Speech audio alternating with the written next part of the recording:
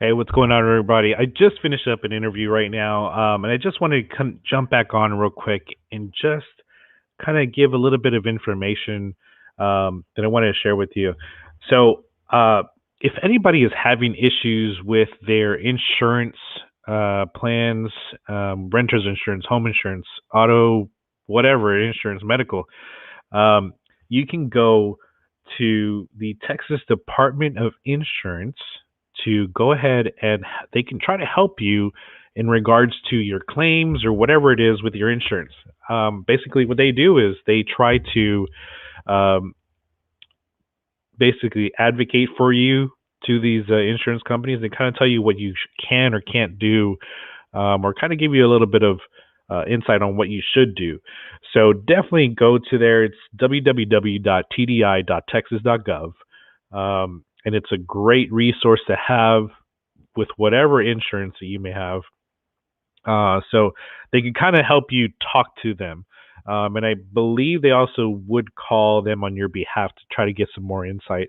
You basically, they give you that jargon, that medical insurance jargon, or whatever insurance jargon that they want to, that they have. They might give that to you to help you um, with your situation. Not to say that everything's going to be great and it's going to work out completely, but they might be able to give you some more insight on your insurances, especially right now with the renter's insurance. Um, Texas Department of Insurance would usually help you maybe navigate that whole mess because we've been hearing a lot of people get denied for their rental claim for their insurance. So definitely a good resource to have. And I'll show you here what it looks like. Let's see here. Texas Department of Insurance. So it looks like this. You can go in here and just try to navigate this website. You can give them a call as well. They have the contact us here on the bottom. They have different lines: consumer helpline, the insurance main line, fraud unit, especially if there's insurance fraud, things like that.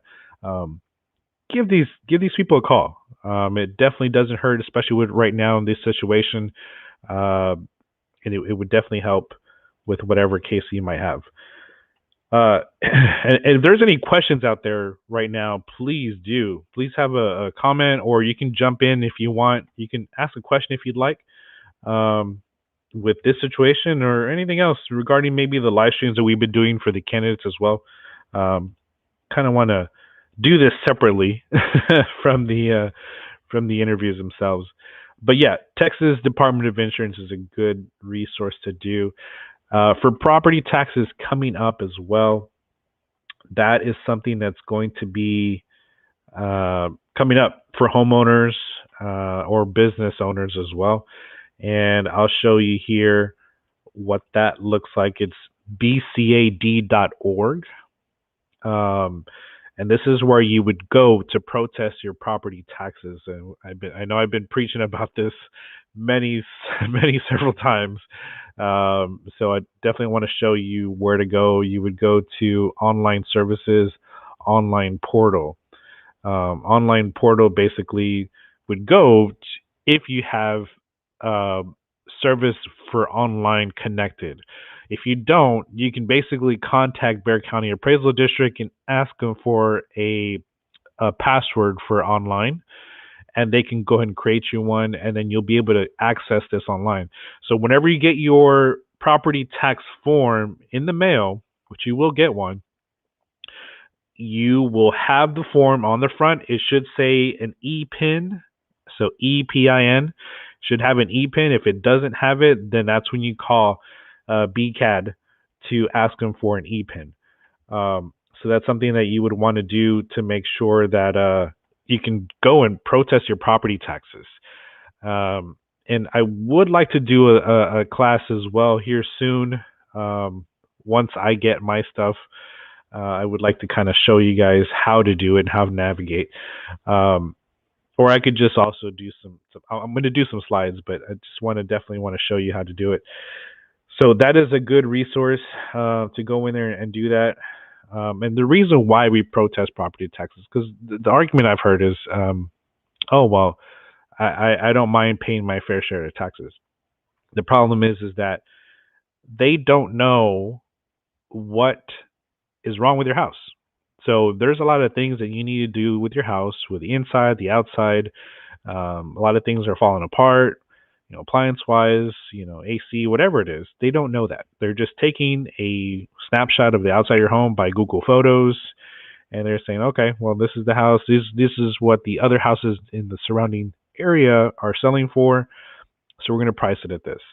So don't go by every year without protesting. You want to protest every single year. There's two types.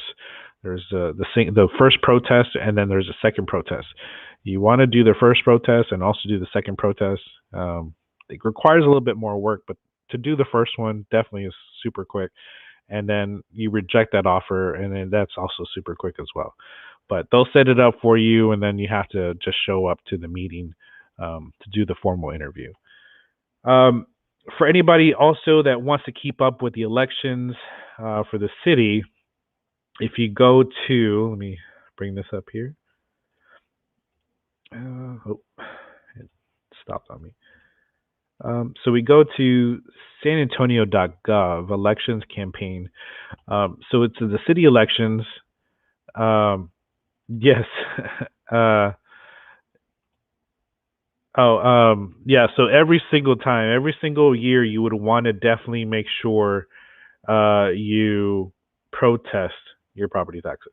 Um, but yeah, so this is the city of San Antonio city election page, and basically it'll tell you what dates there are, who is running, and what number on the ballot they will be. As you can see, there's plenty of candidates. Um, and also, what you can do as well is you go up here to campaign finance reports. And what this does is you can look at the campaign finance reports that each candidate has to fill out. They have to do these to see where the money is coming from for these candidates. So it is a lot of work to do, but if you're focused on maybe a couple of candidates that you want to look into, go into it and look in to see where this money is going or coming from, and where the money is going as well, because you have to also put where you're spending that money for your campaign contributions, and you can kind of see that. So it's a great thing to always look at, not just here, but with the state of Texas, whenever we do have the state elections as well, and also the national ones. I think those are done by the FEC.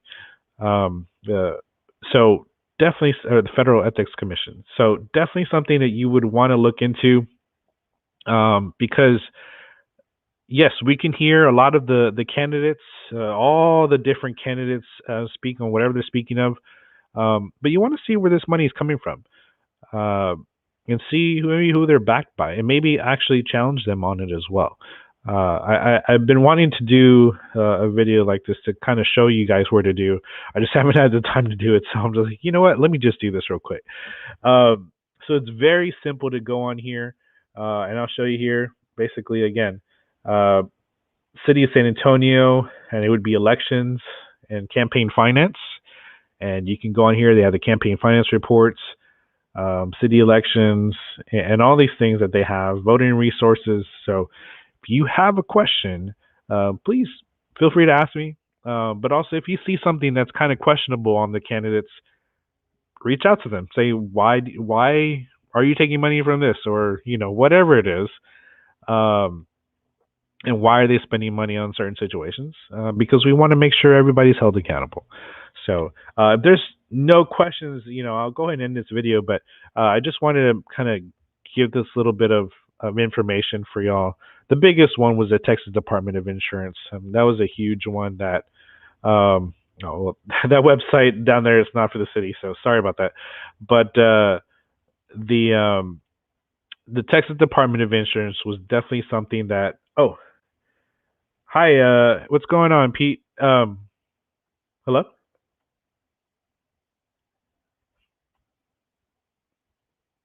Oh, okay. Yeah. So if anybody also, again, like if anybody wants to ask a question, please do. Or maybe wants to throw in something, some type of resource as well, please do.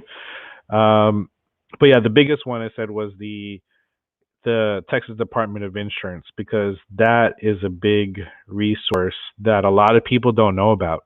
And again, it's definitely something for renters right now, and then also for homeowners or anything else, medical insurance, everything. So, well, thank you guys. I appreciate it. Please support this podcast that I'm doing if you can. Um, I'm just doing this on my own. I'm not doing this with anybody right now. So, if you want to donate, there's my Cash App right there. It just helps me be able to sustain this and continue to do what I'm doing. I will be interviewing or reaching out to all the school board candidates. I think right now I'm creating a list right now. So I haven't reached out to everybody, but I'm creating a list for SEISD. I'm gonna look and see if Harlandale has one. Northside, and I believe Judson as well. If there's anybody else that's running for the other uh, in any other districts, um, please reach out to me as well. Just because I don't want to leave anybody out. Uh, but also, if you haven't heard from me yet, as far as for the city council elections, I did call everybody that was on that had their phone numbers on there or emails. So if you haven't heard from me yet, please reach out to me, because I did try to call everybody. I did call everybody. I left a voicemail on all of them, and so definitely I want to make sure I get to everybody. If you want to be on the show, if not, that's fine. Um, but want to make sure that I do reach out to everybody and all the school boards as well. And if I haven't gotten to you yet for the school board, that's fine. I haven't reached out to many people yet, but I will be um, interviewing those people as well. And also, if anybody does have questions for these school board candidates, please do so and come in and ask, because I think school board elections are really not focused on a lot as they should be. So and I'll be honest too, I have not focused on them as well, and that's one of the things that I want to do this to make sure that we are starting to focus on our education, because that's the biggest thing right now that a lot of people are having complaints about our school board or our school education. So we want to see what the school board has to do and how they can affect it in ways that could be beneficial for our kids. So thank you guys. If you don't have any questions, I'll go ahead and end it. And y'all have an awesome day. Appreciate